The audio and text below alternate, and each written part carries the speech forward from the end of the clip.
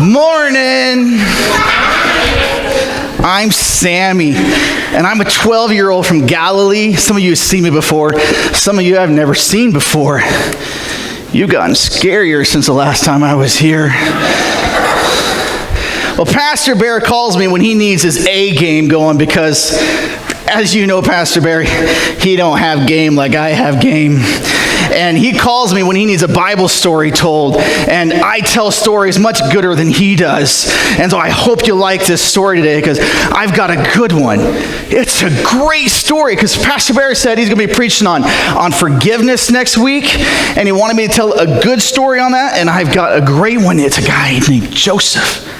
Now, maybe you've heard the story of Joseph, but you've never heard the story of Joseph the way I'm going to tell the story of Joseph because it's a good story. And I learned this from a little boy living in Galilee. They taught all us good little boys how to do this. And I am a good boy. I don't care what my mom says.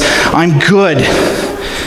You know that. That's true. You can tell her, too, if you don't mind. That would help me because I'm going to get in trouble when I get home for something I did yesterday, and I don't want to talk about it. Anyway, it's a fun story. It's kind of a long one, but I hope you're going to like it a little bit, okay? I brought some pictures with me that I drew because I'm a good artist, and that's what I do. I'm also a good fisherman, those of you guys who know me. I warned you last time not to go fishing with Pastor Bear because he can't catch fish. Have you been heeding my advice? You know, don't you? Yes, I told you he can't catch nothing. He ain't got game. All right, but anyway, Sammy, I got the story of Joseph. I'm going to show you a picture of a family. This is a real picture, and this will kind of help you understand a little bit what's going on. You see the guy on the left, the left over there? That's Jacob. Jacob was a really famous guy to us Jews, okay? And Jacob, he had a woman that he married. He actually had two, which is bad. I learned from this story, not have two wives. Bad thing. I don't know if that's a problem here. I know some places it is. No, Sammy knows. No two wives. That's bad. But that woman over there, her name was Rachel. And the Bible says Rachel was beautiful in form and face. And I heard, it kind of went, I heard Pastor Bear say that applied to his wife. It made me almost, kind of in my throat a little bit. That guy's got crazy for her. Anyway, we're about Jacob. All right, Jacob and Rachel over there. But Rachel was his favorite. His other wife didn't even make the family portrait. That's just weird because Leah was not beautiful in form and face. I don't know what that means because I'm only 12, but I think it's not a good thing, okay? And so she wasn't even in the picture. But Leah, had a whole lot of boys. She was able to give Jacob a whole lot of boys, and Rachel, she was only able to give Jacob, but this picture was taken, one boy. So let's go down through them. You got next to Rachel, you got Reuben over there. He's the oldest one, and then you got Simeon, and then you got Levi, and then you got Judah going over there, okay? And then you've got Dan and Naphtali and Gash. And then you've got Asher, and then you've got Issachar and Zebulun, and this guy right here in yellow on the front. That's what we're going to talk about today. His name's Joseph. Joseph was the favorite boy. Joseph was the one that was spoiled rotten by Jacob because Joseph was born of Rachel. All the other 10 boys, they came from Leah. And again, Jacob really didn't like Leah. And the boys were good. That's always a good thing when you're a Jew to have a lot of boys. But really, Joseph was his favorite because he came from a favorite wife. And you see right now that Rachel, she's pregnant. And you think, why would you get a family picture now? Well, this was the last family picture they had taken before they went on a journey. And they were getting ready to go because Jacob had left the promise. He left Canaan to go and find his wives. He didn't know he's finding wives at the time. You got to read the story. It's kind of a fun story there. But he got married away from home, and God came and said, Jacob, it's time to go back. You got to go back. And so look at this map because you're going to need to remember this. I'm not going to show it again, but we're going to be looking. They're in the desert. They're getting ready to go up to Israel. Up there in the far left corner of the screen, you see that where it says Israel? That's where they're going to be going. But I want you to remember down at the bottom there, bottom left, Egypt. Remember that place? We're going to talk about that again. Egypt. Okay? So, they got ready for their journey. On the way in that long journey, Rachel, she had her baby, and it was another boy. Benjamin. And that's exciting to have another boy. But you know what? It wasn't really all that exciting for them because Rachel died, giving birth to the boy named Benjamin. So now Jacob had two boys from his favorite, Joseph and Benjamin. But Joseph, being the oldest from Rachel, was still his favorite, and he spoiled Joseph. He got the coat in many colors. And let me tell you, in the Bible times, that was unusual to have a coat of many colors. That was like people who were special and important. People like me, special. My mommy says that. I don't know what that means. Anyway, he got this coat in many colors, and his brothers, you can see them back there, they were angry over this. And as if that wasn't enough, Joseph, sometimes I think his brothers probably beat up on him a little bit. And so whenever he had the chance, he kind of got him back a little bit. Joseph was known to have dreams. And one night, Joseph had this great dream. And I think to maybe get even at his brothers for beating up on him all the time, he told them this dream. And this was kind of crazy because I might have kept my mouth shut a little bit. But here's what he did. He told his brothers, look, I had a dream that we were out in the field and we were gathering all our wheat and putting them up in big shocks. And when we got done, all of your shocks of wheat bow down to mine. That means you're going to bow down to me someday. Now, if you were the youngest, you told that to your older brothers. What do you think your older brother's going to do to you? He wasn't thinking. It shows that he didn't have much sense at this age. I don't know what was wrong with him, okay? Because they got angry. And they said, are you sure we're going to bow down to you? They were angry. And then to just show you how much common sense he really didn't have, he had a second dream and he told them that too. I'm thinking, dude, once is enough. But he had a second dream that the sun and the moon and 11 stars all bowed down to him. And then his brothers were like, are you saying that mom and dad and all 11 of our brothers, your brothers are going to bow down to you? Is that what you're saying? And Joseph's like, yeah, that's what my dream says. And I'm sure they beat up on him again. Man, I don't know, rough life, okay? Rough home life for this poor guy. But he had these dreams. That's what he did. He had all these dreams. Well, one day Joseph was given a job by his dad. He was supposed to go and check on his brothers who were taking care of the flock. It was about 50 miles away, so it'd be like walking to York or walking to Kearney. That's what it'd be like. It's a long way away. And so as he's approaching his brothers, they see him coming, and they says, here comes that dreamer. Who wouldn't like to be known as a dreamer, right? Well, it wasn't a good thing for them. And then, Joseph didn't know it, one of them said, let's kill him. They were that angry with him, they said, let's kill him. Well, Reuben, the oldest, he kind of spoke up a little bit because he knew it'd fall on him a little bit. Something happened to Joseph. He said, no, we're not going to kill him. Let's throw him in this pit, this old abandoned pit. Let's throw him in that. So they threw him down in the pit, and then they went back and finished their lunch. Now, that's kind of cold, isn't it, man? That's kind of cold. Can you imagine what Joseph was thinking down there in that pit? His brothers are eating, having a great time. He doesn't know what's going to happen. They took his coat off of him. Maybe they beat him up again. I don't know, but threw him down this pit. I'm thinking, man, this can't be good. If I was Joseph, I'd be scared.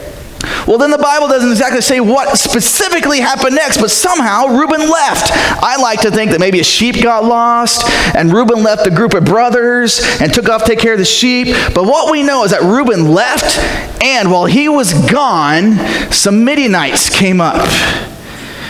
And Judah got this idea. And Judah said to his brothers, look, Craigslist hasn't been invented yet, but we could sell him to the Midianites. That's a good idea. We can make some money here. We can do this. And so they sold Joseph to the Midianites as a slave. They sold their brother. Can you imagine that? 20 pieces of silver. I mean, that's just not a lot. That's like almost just a few days' wage for all those guys. By the time they divide it out, it wasn't very much at all. He sold them. My goodness, that's harsh. And so Reuben came back. I said, guys, what are we doing? You sold my brother. We're going to be in trouble when we get home. How do we explain this? And Judah's like, dude, we got this, okay? I'm not dumb. We're going to take his coat that we have here. We're going to cover it in goat's blood, and we're going to take it to Dad, and we're going to tell him we found this coat along the road. We don't know where Joseph is. He must be dead because all we have is a coat covered in blood. Man. I bet their family reunions were fun every year. I don't know.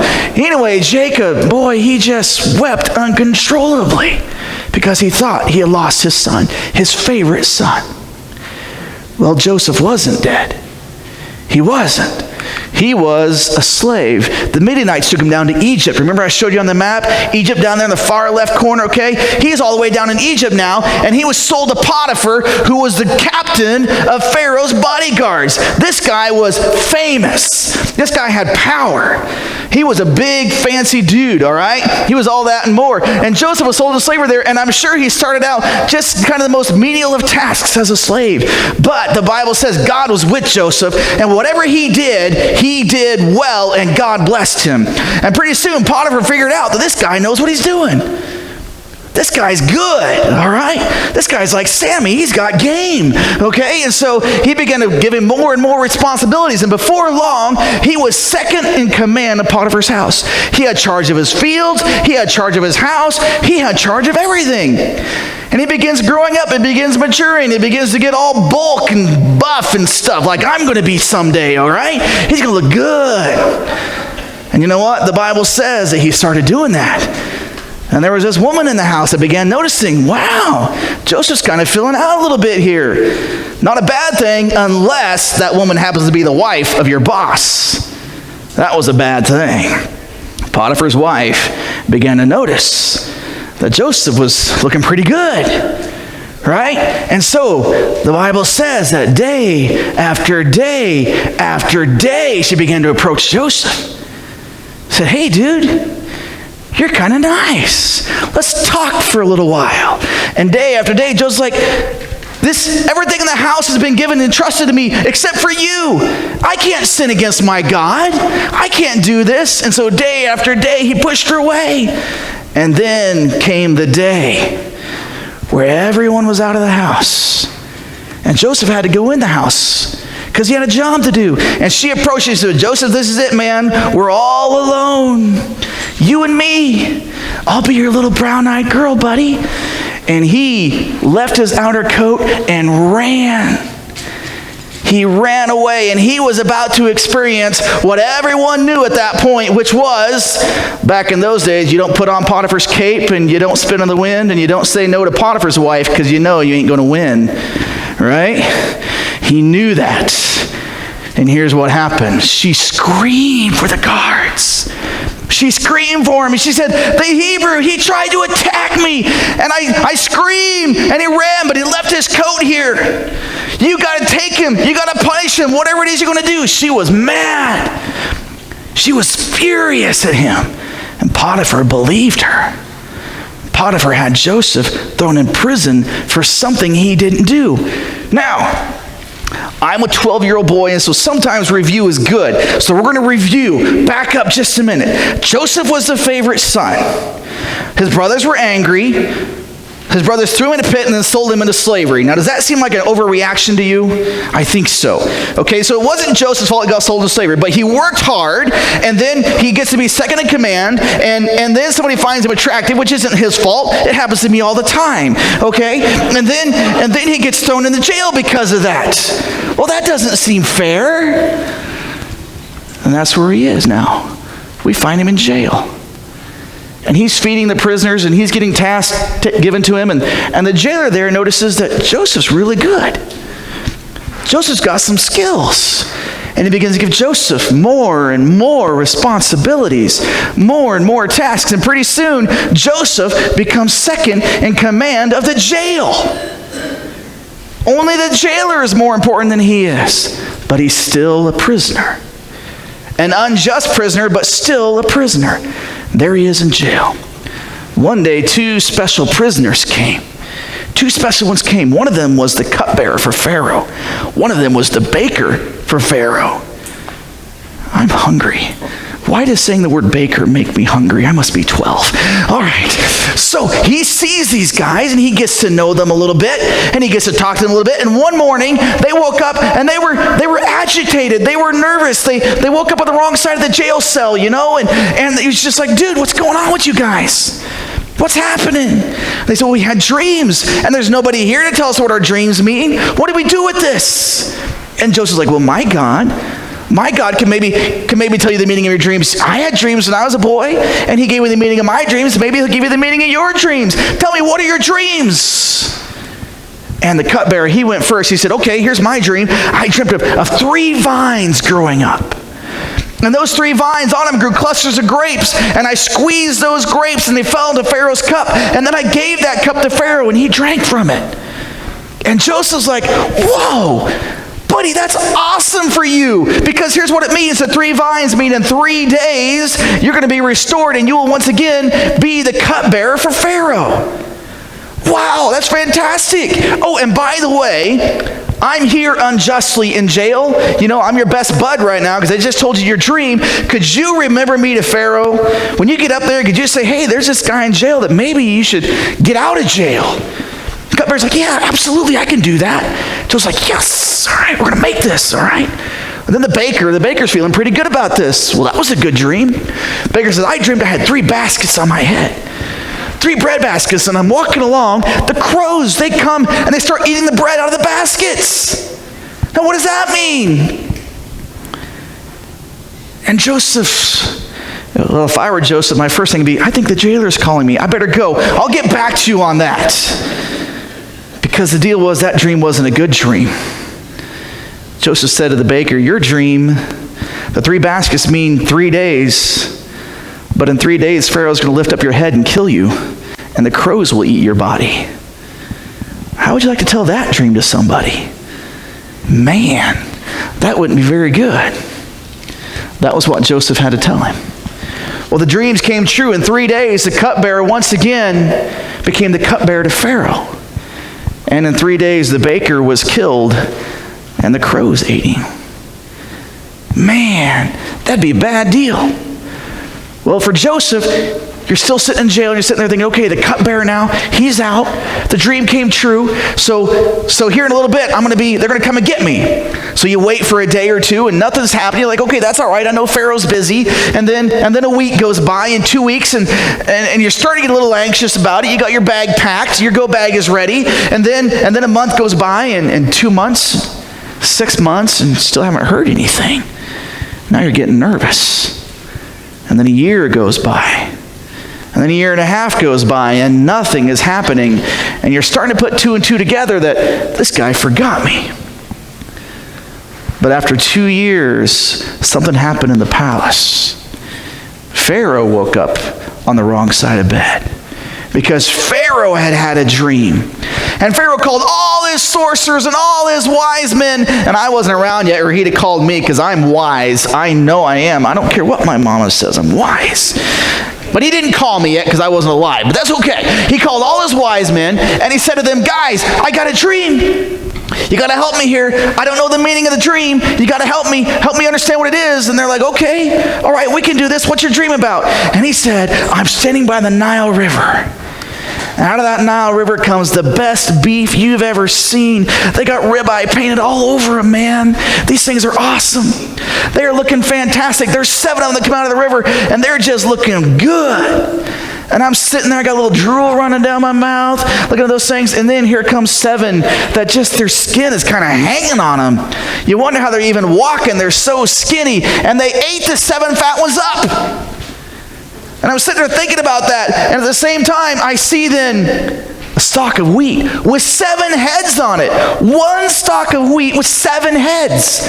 And that's crazy because these heads are all full of wheat. Man, there's so much on them you can't believe it. And then 7 bad ones grew up and ate the good ones.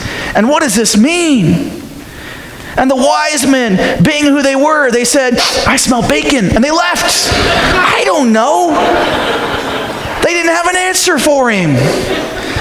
They said, we can't answer the question. We don't know what it is. Well, Mr. Cupbearer, he all of a sudden remembered, wait a minute. There was a guy I met. Joseph, that was the guy. Joseph told my dream and the baker's dream, and they came true. Maybe Joseph could help the Pharaoh with his dream. So he told the Pharaoh about Joseph.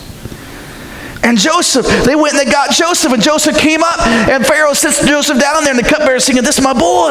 This guy's got it, right? And so Pharaoh asked Joseph, can you interpret dreams? I hear you can do this. Can you interpret my dreams? And Joseph says, no. Now, I can imagine being the cupbearer, and I'm with him the whole time. Yeah, you got it. And then he says, no. And I look down, and Pharaoh's looking up at me like this. And I'm thinking, here I go again. Back to jail. This is not going to be good, right? I'm getting nervous. But then Joseph follows up and says, no, wait a minute. I can't, but my God can.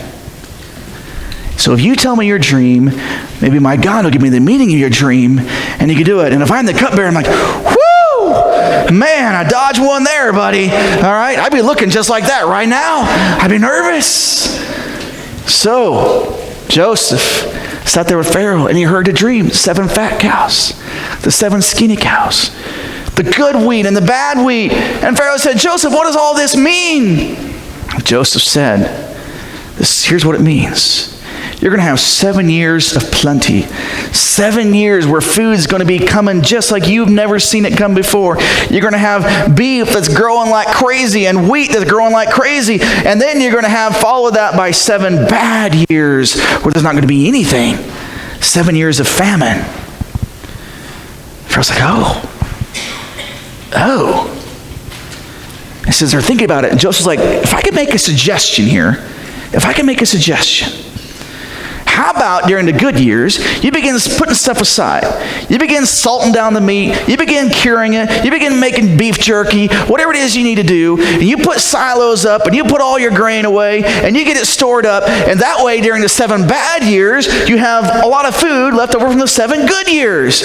And Pharaoh looks at Joseph and he says, man, you are one smart dude. He looks at the wise men and says, there must be nobody else like this in the whole land. And then he looks at Joseph and said, tell you what, you are that guy. And he gives him his ring and says, now you are second in command of Egypt. Now are you tracking? Second in command of Potiphar's house, ends up in jail. Second in command with the jail, and ends up being forgotten and abandoned. And now he's second in command of Egypt, the whole country. Wow. I wonder if it was worth it. Well, we're going to find out here in just a minute, because here's what's going on. They begin putting food away. They begin storing it. They build barns. They build silos, okay? They didn't have refrigerator units then, so I bet they jerked a lot of meat. I don't know what they did, but they put all this stuff away. They got it ready for the 7 bad years. And then the 7 bad years came. And remember that map that I showed you? The famine went over the whole map, covered the whole area. And we know this because one day in Egypt, shows up a family of brothers, 10 of them, to see the governor of Egypt, to try to buy food. Now, who's the governor of Egypt? Joseph. And who do you think those 10 brothers are? Yep, his brothers. And now he is the one in power. And he sees his brothers, and he looks at them. Where are you from? We're from Canaan. We came to buy food. I don't believe you. You came down here to see us when we're at our weakest. I don't think the famine went that far. You came down here to spy on us and see if you could conquer us. No, sir. No, we didn't. We have a father up in Canaan, and we still have a younger brother who's up there with him. And we just came down to get grain because we're out. Well, I don't believe you. I don't believe you have a dad. I don't believe you have a younger brother. Oh, but we do. Well, then you send for him. You send for him, and you guys are all going to go in jail until he comes. And if you can't bring him back here, then I'll know you all are spies, and you're never going to leave this land again. Oh, but you can't do that. You can't. What's going on here? The brothers begin talking to themselves in Hebrew. And Reuben says, see, didn't I tell you all that we did to Joseph years ago? Now we're getting payment for that. Now God's paying us back for that. Can you imagine me and Joseph and hearing that?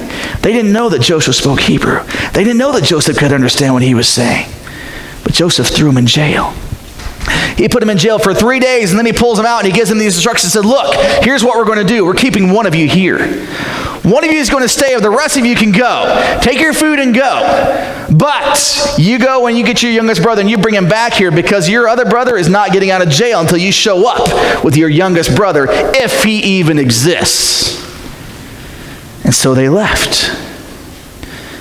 On their way, they realized that their money was still in their bags, because Joseph, without telling them, put all the money that they paid for the grain, put it back in their sacks. When they got home, they realized they still had the money, and then they're like, we can't go back. They're going to think we're thieves. They already think we're spies. Now they're going to think we're thieves. And what about Simeon? And I'm sure one of them said, Simeon who? That's what I would have done. I don't want to go back there. I'm not going to go back there and risk my own life. I'm not going to do that. And Jacob, he's just stunned at what's happening. He's like, what in the world? Why is this happening to us? Well, maybe they thought they had enough food. Maybe they didn't know how long the famine was going to go. We don't know. But we do know that they never did go back until one day they ran out of food again. They didn't have enough food anymore. The food ran out. And the boys came and said, Dad, we got to go. Reuben's like, we got to go back. We have to get it. Jacob said, I can't. Because if you go, you have to take Benjamin with you. And I can't let Benjamin go. Benjamin, he's the only son I have left from Rachel. We've already lost Joseph. I can't send Benjamin. Reuben's like, you got to send Benjamin. He has to go with us. We have to get Simeon. We have to get food. Dad, we got to do this. And Jacob said, no, it's not going to happen. I need Benjamin. If Benjamin doesn't come back, I will go to the grave. It will kill me from grief. I can't do it. And Reuben finally said, Jacob, Dad, you've got to, because we just need him to go. And Dad, if we don't come back with Benjamin, I myself will kill my 2 sons. That's how much I want you to know we're going to take care of him. I'll kill my own 2 boys if we don't come back with Benjamin. And Jacob finally relented, and they took off, and they went back. And they came back, and they once again bowed before Joseph and said, here we are. And Joseph, for the first time in years, got to see his full brother, Benjamin. And the Bible says that when he saw Benjamin, he had to leave the room because of the emotion. Because of the emotion that he felt when he first saw his brother for the first time in years. He lets Simeon out of jail, and he tells the servants, hey, let's have a banquet for these guys, because obviously they're not spies, right? He knew that. But he seated them in order from the oldest to the youngest. Now, can you imagine being 11 brothers? At this point, you're all adults, and you find yourself seated by age. What do you begin thinking at that point? Area 51 is real, right? There's something out there. You're beginning to think a little bit. This is a little weird, okay? And they had this great meal, and Benjamin, he got double the portion, actually 5 times the portion of what Joseph did.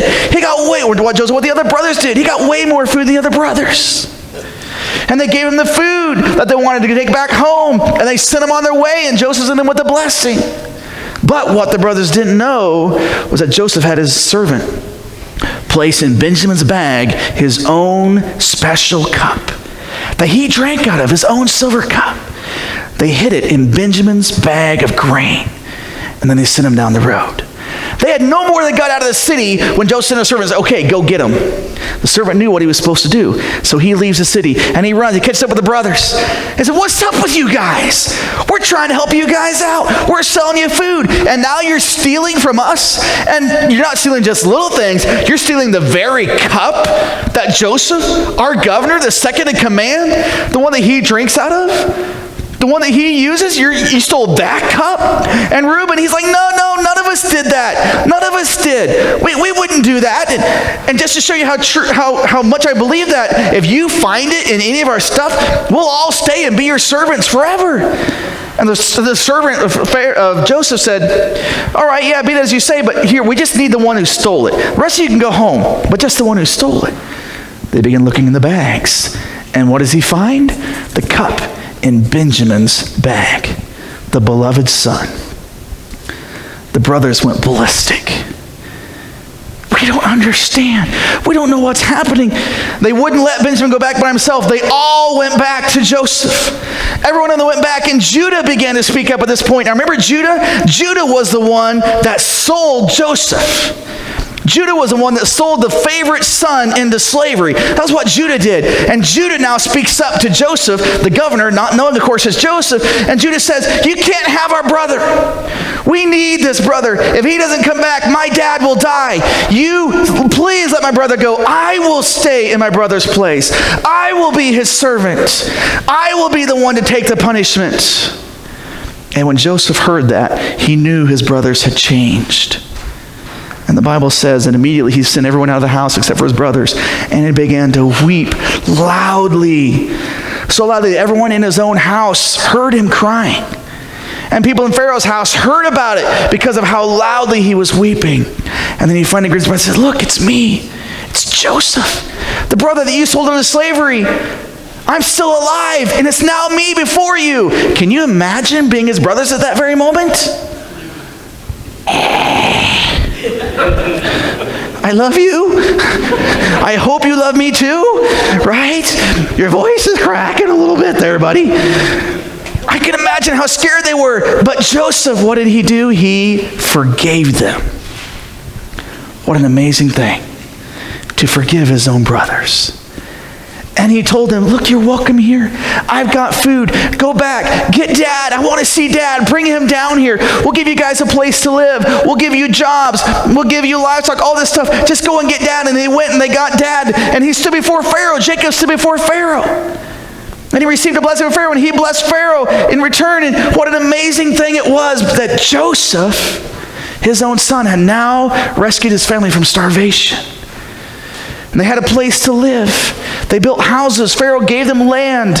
All these things that Pharaoh did for them. And then one day Jacob died.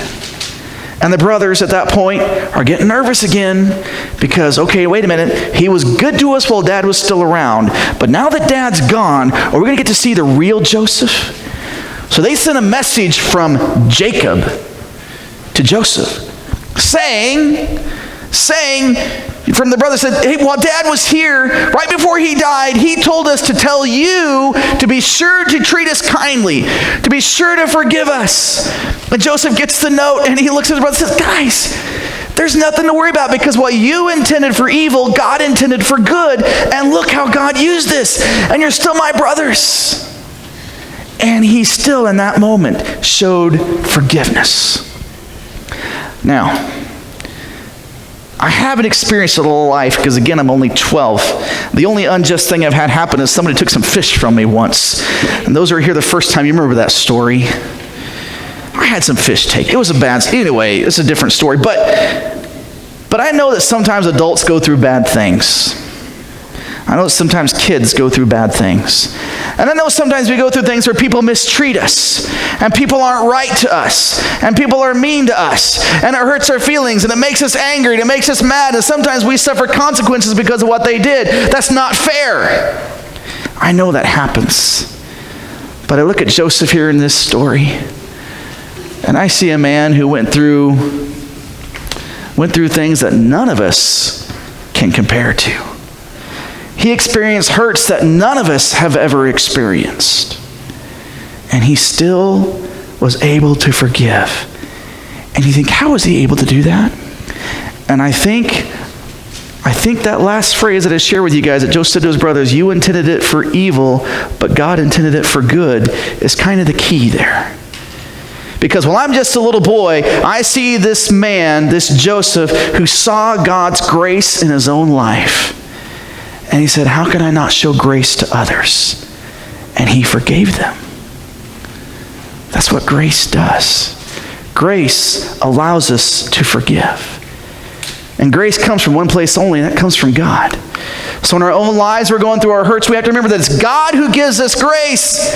And it's an amazing thing. God gives us grace so that we in turn can show grace to others. And sometimes we do that through offering forgiveness, even though they have done, frankly, some really dastardly deeds. We can still forgive. Well, that's the story of Joseph. An amazing man who went through some amazing hurts and still showed some amazing love.